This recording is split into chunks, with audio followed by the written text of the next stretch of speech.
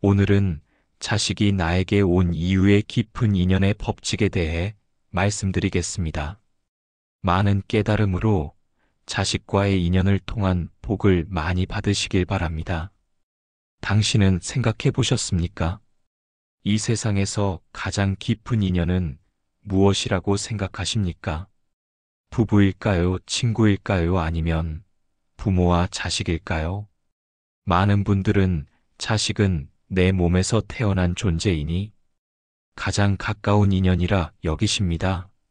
하지만 정작 가장 힘들고 마음이 복잡한 관계 또한 바로 자식과의 인연입니다. 우리가 이 세상에서 만나는 모든 인연은 결코 우연이 아닙니다. 부처님께서는 모든 만남은 전생의 인연으로 맺어진다라고 말씀하셨습니다. 하물며 한 집에서 피를 나누고 사는 부모와 자식이라면 그 인연은 더욱 깊고 오래된 것이지요.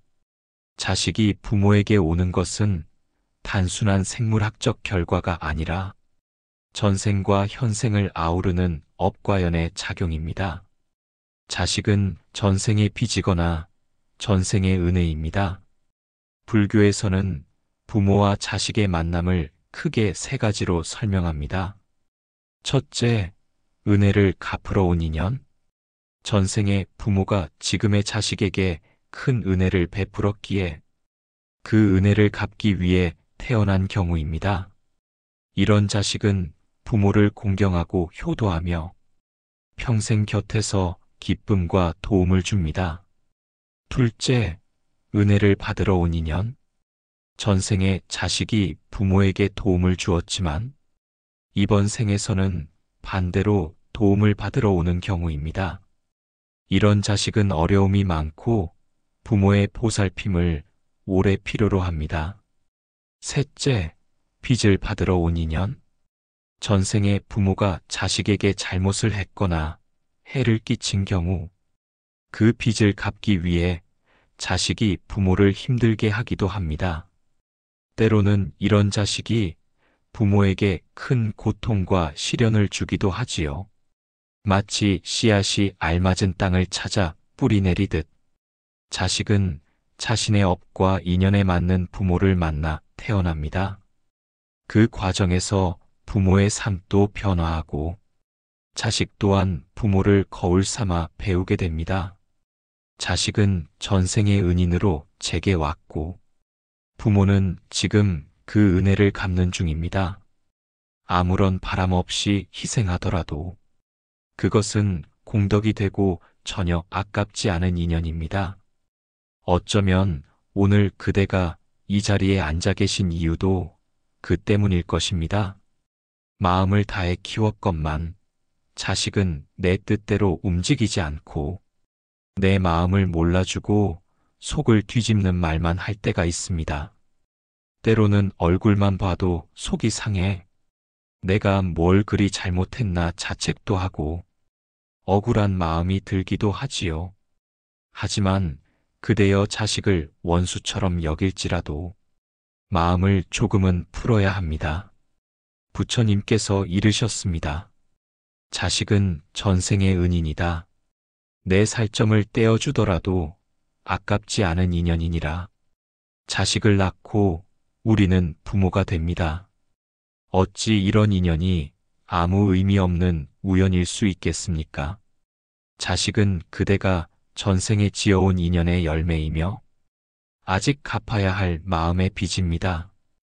그렇기에 지금 이 생에서 아이를 키우는 일은 곧 공덕을 쌓는 귀한 기회가 됩니다. 준비가 되었든 아니든 하루아침에 누군가의 전부가 되지요. 아이가 처음 울음을 터뜨리던 순간 우리는 본능보다 더 깊은 무언가로 그 마음을 내어주게 됩니다. 그러나 어느 순간 우리는 스스로 묻습니다. 이 아이는 왜 내게 왔을까? 왜 이렇게 내 마음을 흔드는가? 왜 이렇게 힘든가? 그 질문은 때로 자책이 되고, 때로는 하소연이 되고, 때로는 눈물이 되기도 합니다. 부처님께서는 이것을 선악의 잣대로만 보지 말고 인연을 완성하는 과정이라고 말씀하셨습니다. 즉, 이번 생에서의 부모와 자식 관계는 전생의 업을 청산하고 새로운 인연을 만들어가는 여정입니다. 부모가 자식을 선택하지 못하는 이유는 많은 부모가 내가 이 아이를 낳았다라고 말하지만 불교적 관점에서는 자식이 부모를 선택하여 온다고 봅니다. 왜냐하면 태어날 생을 결정하는 것은 자신의 업력이기 때문입니다. 업력은 전생에서의 행동, 말, 마음이 쌓여 만들어집니다. 그 업에 맞는 부모를 스스로 찾아가게 되고 그 선택이 이번 생의 수행을 크게 좌우합니다. 자식은 내가 스스로를 들여다보게 만드는 아주 가까운 업의 현현입니다. 말 한마디에 상처받는 아이, 눈빛 하나에 흔들리는 아이, 그 작은 존재는 내가 지금 어떤 업을 짓고 있는지를 날마다 거울처럼 비춰줍니다. 부처님께서는 말씀하셨습니다. 업은 멀리 있는 것이 아니다. 말과 눈빛, 침묵 속에 업이 피어난다. 그 아이를 탓하기 전에, 그 아이의 행동을 판단하기 전에 먼저 나를 마주해야 합니다. 이 아이는 나를 괴롭히기 위해 온 것이 아닙니다. 나를 깨우치게 하려고 온 것입니다. 자식이 내게 온 이유는 내가 복이 많아서도 부족해서도 아닙니다. 그저 인연이었을 뿐입니다. 그러나 그 인연은 내 삶의 근본을 뒤흔들 만큼 깊은 수행의 기회이기도 합니다. 그러니 우리가 해야 할 일은 그 인연을 원망하지 않고 그 안에서 차비를 피워내는 것입니다. 다음 생에도 다시 만나 서로를 더 맑게 마주할 수 있도록 이 생에서 마음을 다해 사랑하고 마음을 다해 회양하는 것입니다. 자식을 낳고 우리는 부모가 됩니다. 어찌 이런 인연이 아무 의미 없는 우연일 수 있겠습니까? 자식은 그대가 전생에 지어온 인연의 열매이며 아직 갚아야 할 마음의 빚입니다. 그렇기에 지금 이 생에서 아이를 키우는 일은 곧 공덕을 쌓는 귀한 기회가 됩니다. 법구경에 이르기를 어리석은 이는 복을 짓지 않고 괴로움만 남기나 지혜로운 이는 남에게 베풀고 그 베풀음을 기뻐하느니라. 그대가 아이를 위해 한숨 지었던 순간, 눈물 흘렸던 순간, 그 모든 시간에 이미 공덕은 그대의 마음 속에서 자라고 있었습니다. 다만 그대가 그것을 보지 못했을 뿐입니다. 어느 날 한 어머니가 부처님께 여쭈었습니다. 저는 자식이 너무 힘이 듭니다. 말을 안 듣고 저를 무시하는 것 같습니다. 이게 제 업보입니까? 부처님께서는 조용히 그녀의 눈을 바라보며 말씀하셨습니다. 그것은 오래도록 이어져 온 인연의 결과이니라. 이 아이는 전생에 그대에게 은혜를 준 인연일 수도, 그대가 은혜를 갚아야 할 인연일 수도 있다. 그러니 그 인연을 미워하지 말고, 다만 그 인연을 완성하라. 그 말을 들은 어머니는 한동안 아무 말도 하지 못했습니다. 우리가 살면서 원망했던 많은 순간이 사실은 전생에서 미처 마무리하지 못한 이야기에 연장선일지도 모릅니다. 자식을 향한 답답한 마음도 알고 보면 오래도록 이어져 온 인연의 감정일 수 있습니다. 마음은 모든 일의 근본입니다. 마음이 청정하면 말과 행동도 청정해집니다. 그대의 마음이 자식을 향해 조금만 더 부드러워지고 조금만 더 깊어진다면 지금까지의 괴로움도 전혀 다른 모습으로 보이게 될 것입니다. 아이가 버릇없이 굴 때 그것은 그 아이만의 문제가 아닙니다. 우리가 함께 풀어야 할 업의 매듭이라는 뜻입니다. 그렇게 생각하면 미운 마음이 잠시 멈추고, 그래, 이 아이도 나처럼 힘들었을 거야 하는 연민이 싹트게 됩니다. 그대가 먼저 고요해져야 아이의 거친 마음도 조금씩 낮아집니다. 부처님께서는 언제나 말씀하셨습니다. 남의 허물을 보지 말고 나의 허물을 살펴 행하라. 자식은 부모의 거울. 부처님께서는 말씀하셨습니다. 자식을 보면 부모의 업을 알 수 있다. 자식의 성격, 건강, 복은 단지 아이 개인의 것이 아닙니다. 부모의 업과 가정의 기운과도 깊이 연결되어 있습니다. 부모가 자비롭고 선한 마음을 많이 쌓았다면 그 덕이 자연스럽게 자식에게 전해집니다.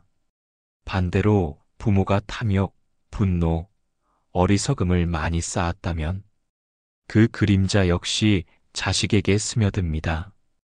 그래서 부처님은 자식을 잘 키우는 방법보다 먼저 부모가 자신의 마음을 닦는 것을 강조하셨습니다.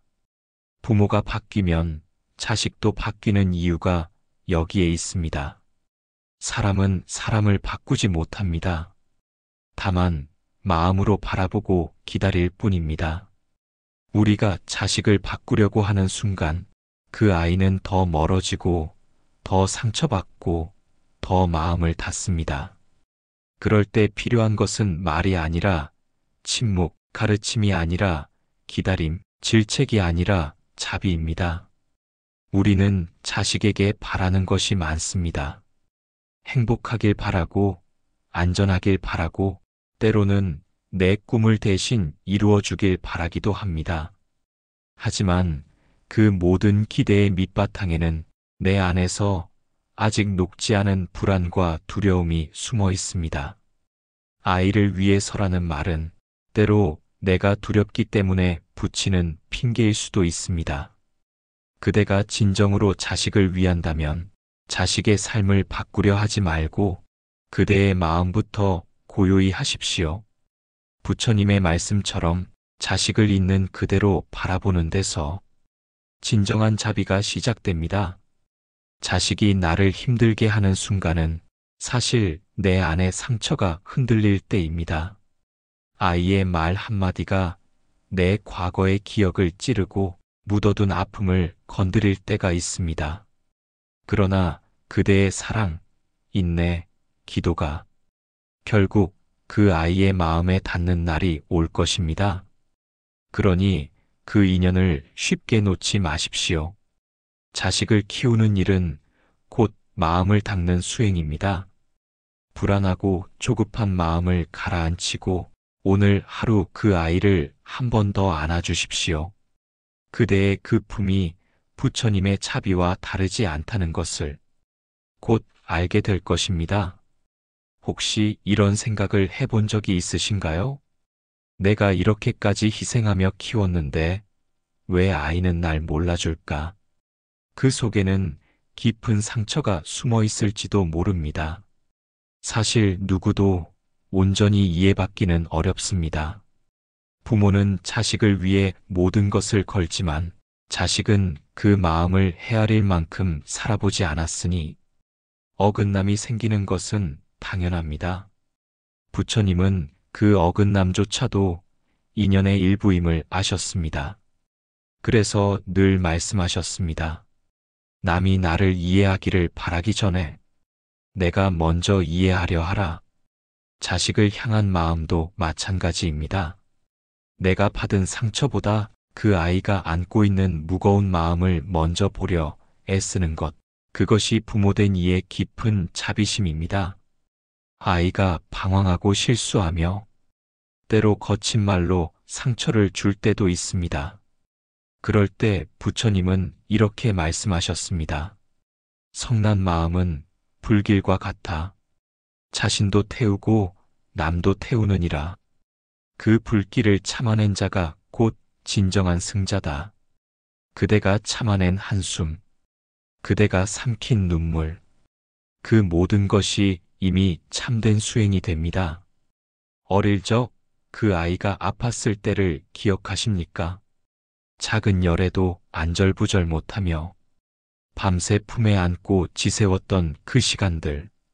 그 아이는 말하지 못했지만 그 품 안에서 자라난 따스함을 기억하고 있을 것입니다. 그것은 몸이 기억하는 사랑입니다. 말로 하지 않아도 잊히지 않는 마음의 체온. 그 사랑이 바로 전생에서 이어져 온 깊은 인연의 끈입니다. 선한 말은 꿀보다 달고 마음을 맑게 합니다. 자식의 무심함이 내 존재 가치를 시험하는 듯 느껴질 때, 그것은 아이의 잘못이 아니라 내 안에 남아있던 묵은 업이 다시 고개를 드는 순간입니다. 그 순간을 자비로 바라본다면 그 업은 서서히 녹아 사라질 것입니다. 자식이 주는 세 가지 가르침. 부모는 자식을 키우면서 세 가지 큰 깨달음을 얻게 됩니다. 첫째, 무조건적인 사랑입니다. 자식을 통해 사랑이 계산 없이 베풀어질 수 있다는 것을 배우게 됩니다. 둘째, 인내와 기다림입니다. 자식이 성장하는 과정을 지켜보며 기다림과 인내를 배웁니다. 셋째, 무상의 진리입니다. 아무리 귀하게 키워도 자식은 언젠가 독립하여 떠납니다. 이를 통해 집착을 내려놓는 법을 배우게 됩니다. 이처럼 자식은 부모의 삶 속에 들어와 기쁨과 슬픔, 보람과 시련을 동시에 안겨주며 부모를 한층 성숙하게 만듭니다. 그러니 자식은 저를 괴롭게 하려고 태어난 것이 아니라 저를 정화시키기 위해 제 곁에 온 것입니다. 제 안의 상처를 끌어내어 제가 더 자비로워질 수 있도록 깨우침의 기회를 주는 소중한 인연입니다. 부처님께서는 이렇게 말씀하셨습니다. 내가 나를 다스리지 못하면 그 어떤 인연도 조화롭지 않다. 그러니 자식을 탓하기 전에 먼저 저의 말을 돌아보고 저의 표정을 돌아보고 제 마음속 상처를 들여다보아야 합니다. 자식이 저를 힘들게 하는 순간은 바로 부모가 다시 태어나는 시간입니다. 저는 오늘 이 아이 덕분에 저의 부족함을 알아차리고 제 마음을 더 낮추고 더 넓은 자비를 배웁니다. 우리는 흔히 이렇게 생각합니다. 내가 아이를 가르쳐야 한다. 나는 부모이고 아이는 배워야 할 존재다. 하지만 세월이 흐르고 하루하루 아이와 함께 살아가다 보면 깨닫게 됩니다. 배우는 사람은 아이가 아니라 바로 저였구나. 이 아이가 저를 매일 새롭게 만들고 있었구나. 결국 자식은 인연의 스승입니다. 자식이 부모에게 온 이유는 단지 사랑을 받기 위해서만이 아닙니다. 때로는 부모를 깨우치고 변화시키고 성장시키기 위해 스승의 모습으로 옵니다.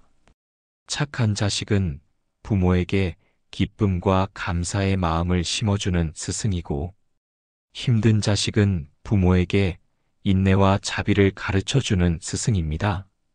이 모든 과정은 부모와 자식이 함께 업을 소멸하고 더 나은 인연으로 나아가게 하는 수행입니다.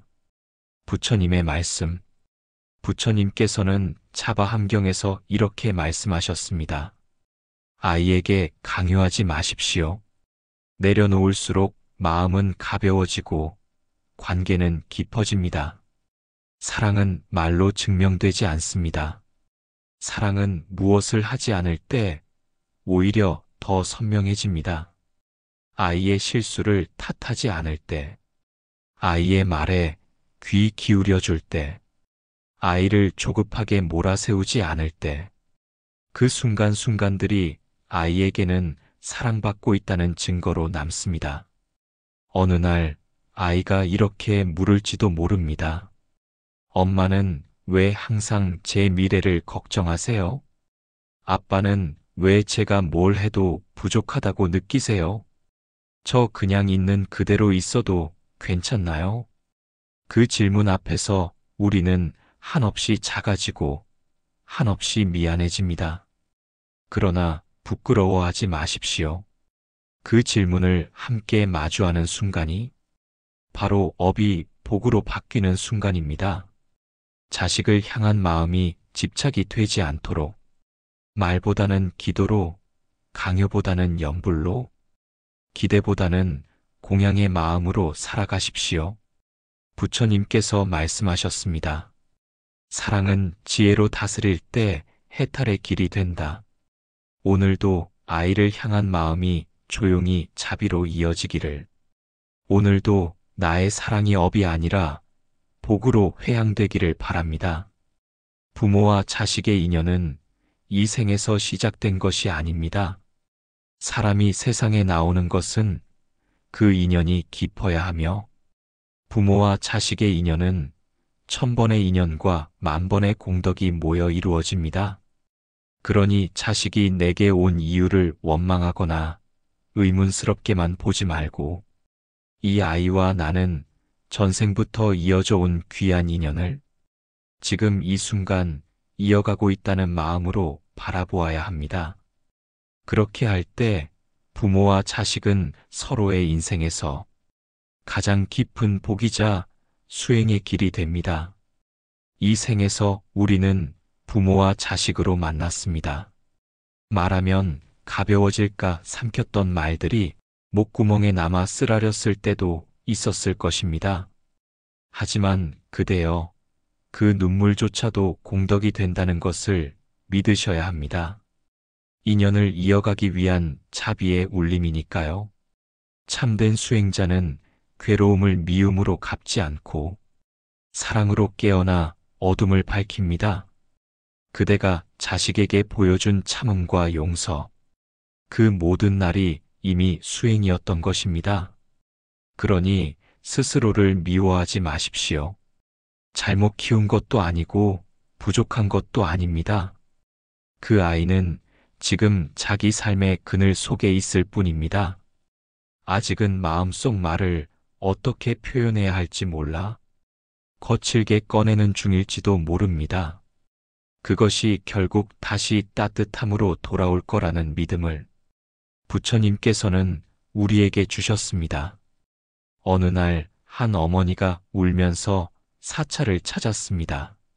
제 아들은 도무지 말을 듣지 않습니다.